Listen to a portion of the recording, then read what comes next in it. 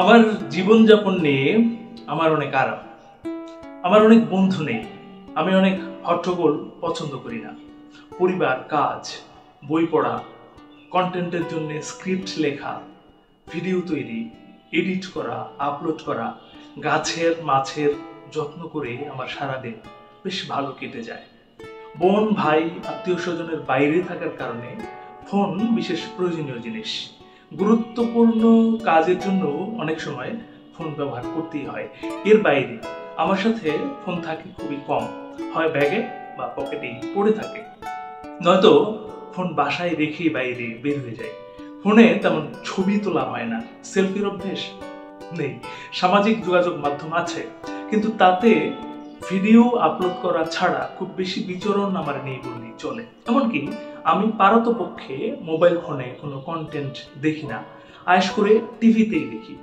আর হ্যাঁ, জ্যামে বসে শুনি ইউটিউব থেকে অডিও বুক বা যে কোনো গল্প, চোখ বন্ধ করে। চোখের আরাম হয়, মনেরও। তাই মনে হয় সময়টা আমার অনেক বেঁচে যায় এবং আমার তাতেই শান্তি। কিন্তু বেশ কিছুদিন ধরে সামাজিক যোগাযোগ মাধ্যমে কিছু মানুষ আমার নামে নানা অ্যাকাউন্ট পেজ খুলে বিভ্রান্তি সৃষ্টি করছেন। আপনারা যা লিখেন আমার হয়ে, আমি ওইভাবে কথা বলি না, লিখিও না। আমার লেখার সাথে আমার কাছের মানুষ আর অনেক ভক্ত পরিচিত, তাদেরকে আপনারা আপনাদের ওই লেখাগুলো আমার কথা বলে বিশ্বাস করাতে পারবেন। আপনার যদি এত ইচ্ছা থাকে লিখতে, তাহলে নিজের নামে লিখতে বসুন। অন্যকে দিয়ে কেন আপনার নিজের মনের কথা বলাচ্ছেন? এত কষ্ট করে লিখছেন, কৃতিত্ব আপনারই প্রাপ্য। মিথ্যার উপর ভর করে কারোর নাম দিয়ে লেখার যদি সাহস থাকে, তাহলে নিজের নাম দিয়ে লেখার সাহস দেখান।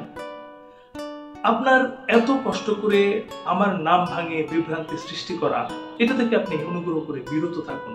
সময় নষ্ট করছেন, তার চেয়ে চোখ বন্ধ করে গল্প শুনুন, চোখ খুলে বই পড়ুন। প্রযুক্তির অনেক গুণ, আসুন ওটা সঠিকভাবে যথাযথভাবে ব্যবহার করি। ভালো শুনুন, ভালো থাকুন, ভালো রাখুন।